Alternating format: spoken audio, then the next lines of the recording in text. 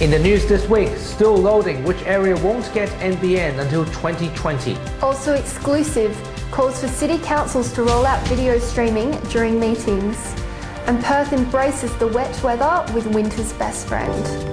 This is the Evening News with Ivan Leung and Elise Simic. Good evening. If you are craving faster internet, the bad news is that some areas won't get NBN until 2020. Parts of these suburbs will have to wait, according to NBN Co, and regional areas won't be getting it any sooner. Reporter Taylor Hannah joins us, and Taylor, since people are losing their patience. Yes, Ivan, the NBN network has connected 50% of homes and businesses in the state. However, some suburbs are unable to get the service until 2020. The existing infrastructure is not enough to cope with the ever-increasing demand for reliable internet and broadband services. Rachel McIntyre, founding participant in NBN Delivery, said the expansion is a process and unfortunately they cannot connect 11 million premises all in one go. We 100% accept that for those that are toward the end of the rollout, it is really frustrating, and their demand and their desire is no less than those that have already received the NBN. The rollout will be 75% finished by mid-year 2018 and completed in its entirety by 2020. Back to you, Elise. Taylor, thank you.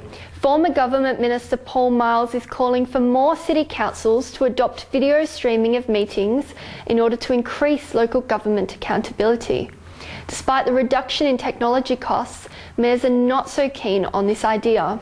Andrew Fuster has this exclusive report.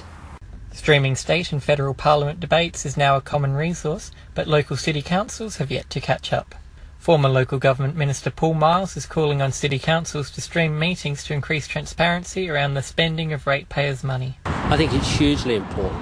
I mean, the number one thing is councils are spending our money, our taxpayer money, the ratepayers' money, and it's important for us to know where that money's going and how it's going. And transparency doesn't just lend to the councillors, it goes all the way down the line to every level of government. Only a few councils in our state have taken on the idea of video streaming debates, with mayors differing in opinions on whether this is a good idea to boost transparency. Coburn City Mayor Logan Howlett believes that streaming council meetings would help increase accountability and transparency. Live streaming of council meetings is another important way of communicating with the community. It's an important aspect. Melville City Mayor Russell Aubrey has reservations about the idea, believing it may corrupt the local government process. How about those councillors that maybe have another agenda other than just representing the community, maybe have a political agenda and want to grandstand every event as it comes forward? However, one thing that all three agree on is that costs have now reduced enough that it is no longer a barrier. Andrew Fuster, WAMN News. There are increasing concerns amongst the public following a series of police stabbing over the last few days. Two separate incidents saw police officers severely wounded on the job, triggering the unions to push for the rollout of stab-proof vests. Police Minister Michelle Roberts also commented on the matter. Since we've come to government, I've made that commitment that I'll have senior police work with the police union on the best possible rollout of the stab-proof vests. And we have to determine things as in what circumstances will require officers to wear them, and indeed what form the vest will take. Many young individuals are starting their own businesses and creating entrepreneurial pathways with the dream of becoming their own boss. Experts say start-up businesses have the potential to create economic growth and can lead to a great career for any individual. However, there are some pitfalls, with 80% of businesses failing. You might have a great idea, you might have a very interesting product, but if there's no market for it, if there are no customers for it who are willing to pay for it, that's problematic. So it's doing the homework, making sure that there truly is an opportunity, making sure that there really are customers who are willing to pay for a service or a product that you're willing to offer.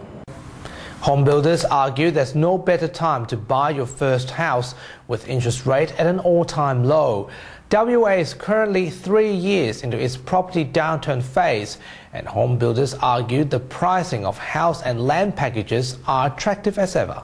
Young home buyers, and particularly those that are still sitting at home with mum and dad, the first homeowners, get on and do it. If you've got a stable job and you're feeling confident, get on and do it, because you will not get a better time than now, and there's no downside. In 2 years' time, if you had to sell the property, you're not going to sell it for a loss. You'll be in a recovering market. US White House Press Secretary Sean Spicer has resigned this week over objections to the appointment of a new White House Communication Director. He has resigned over a disagreement about the appointment of Anthony Scaramucci as White House Communication Director. Mr. Spicer had previously been acting in the role after Mike Dubke resigned earlier this year and has worked with the Trump team before. Lincoln Park singer Chester Bennington has died in a suspected suicide, according to the Los Angeles County Coroner. 41-year-old Chester Bennington was found in his bedroom by an employee this Thursday. Bennington has spoken openly of his struggles with depression as well as drug and alcohol addiction. There has been an outpouring of tributes from people, including the widow of Chris Cornell, who was close friends with Bennington. And finally this week, Hay Street Mall is bursting with bright winter colours with the launch of the Umbrella Art installation near London Court. As part of the Embrace the Elements City of Perth winter art season, this installation displays winter's best friend, the umbrella, bringing colour and happiness to the city. The event is underway until the 19th of August.